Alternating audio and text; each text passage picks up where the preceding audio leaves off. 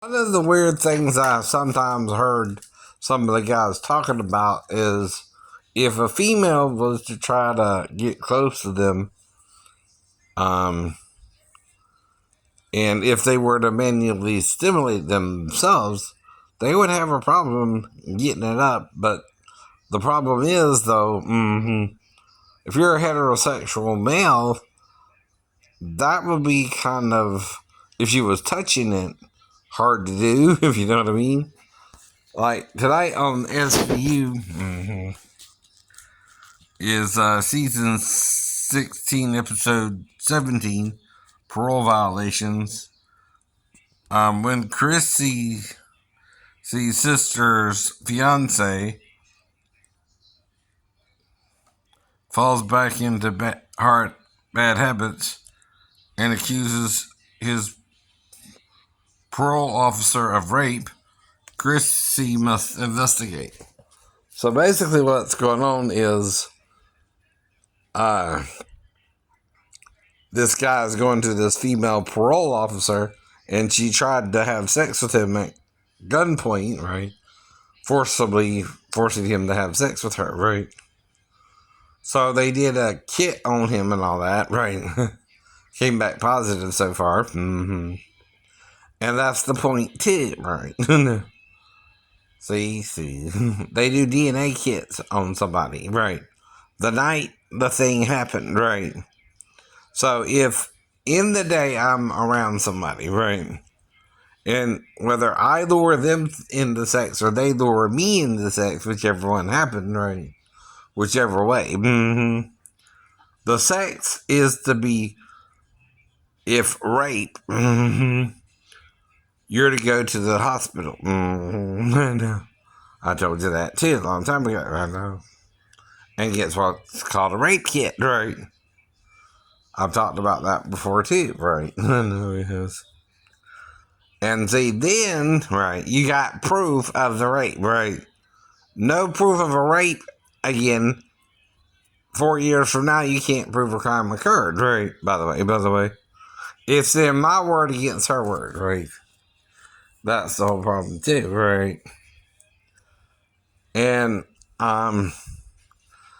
if you didn't, right, and you say I raped the girl without a DNA test, right? Even if I'm saying she would have to come on to me first, right? And admit, not just after she told me she's 37, but if we went somewhere else to have sex, I'm going to ask her one more time, are you sure you're 37 though, right? Before I was let her have sex with me, right? I'll at least ask her one more time, right? Because that don't always happen, right? Right. So that's his wife on in the plot, and that's Marissa Hargitay. She's the main lead detective that used to be with Detective Stabler, who was played by Christopher Meloni, or whatever that. And anyway, so the problem is his parole officer's a female and raping him, and then she tried to plant drugs on him, right? And all that. Yeah. The problem is the drugs didn't trace back to him, but this other guy, who's also her parolee, right? And they're basically trying to figure out who's zooming whom, and if they can prove it in court now, right? So that's kind of where we're at in the story. But like I said, no one raped me, right?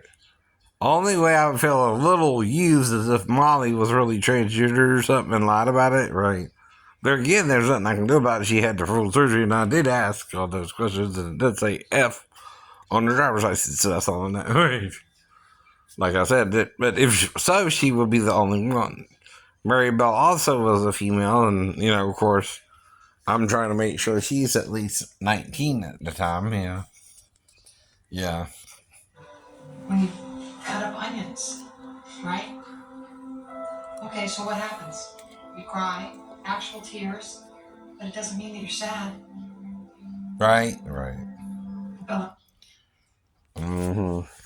Now, And I never went after my stepdaughter like I told you. She would have to come to Georgia from Texarkana or Texas or wherever she's at. And I don't know. I don't know. I never kept track of her that way either. If I called, it was to talk to my son Jonathan on his birthdays or Christmas or, special occasions, something like that, or if there was something going on, right? But, I can't, if he's, all the way in Arkansas and I'm in Georgia, just, do what I want to do, or even visit him a lot from this situation, right? But it don't mean I didn't want to see him. I just couldn't do nothing about it. Like I said, right? Have a good day.